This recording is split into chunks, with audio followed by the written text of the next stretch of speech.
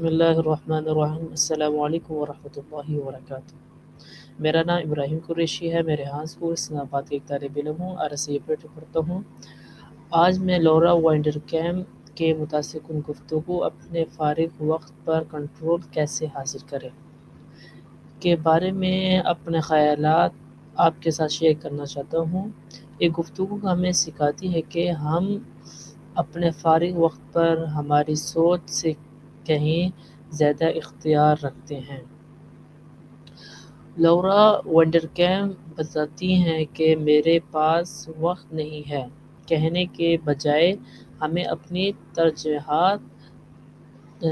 ترجیحات طے کرنی چاہیے، اپنے دن کی منصوبہ بندی کرنی چاہیے اور ان کاموں پر وقت صرف کرنا چاہیے جو واقعی اہم ہیں۔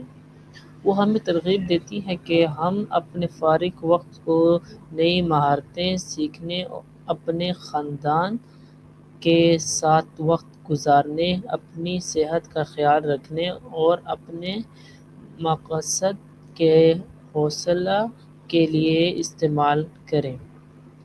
اچھی منصوبہ بندی اور مثبت عادت ہمیں زیادہ منظم، پرسکون اور کامیاب بناتی ہیں۔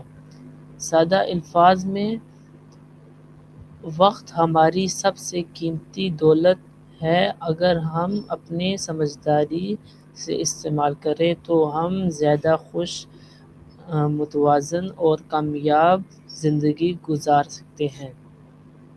آئیے یہ بات ہمیشہ یاد رکھیں، اپنے وقت کی قدر کریں، اپنے دن کی منصوبہ بندی کریں، اپنی ترجیحات پر توجہ دیں اور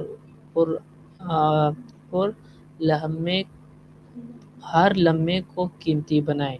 شکریہ، اللہ حافظ۔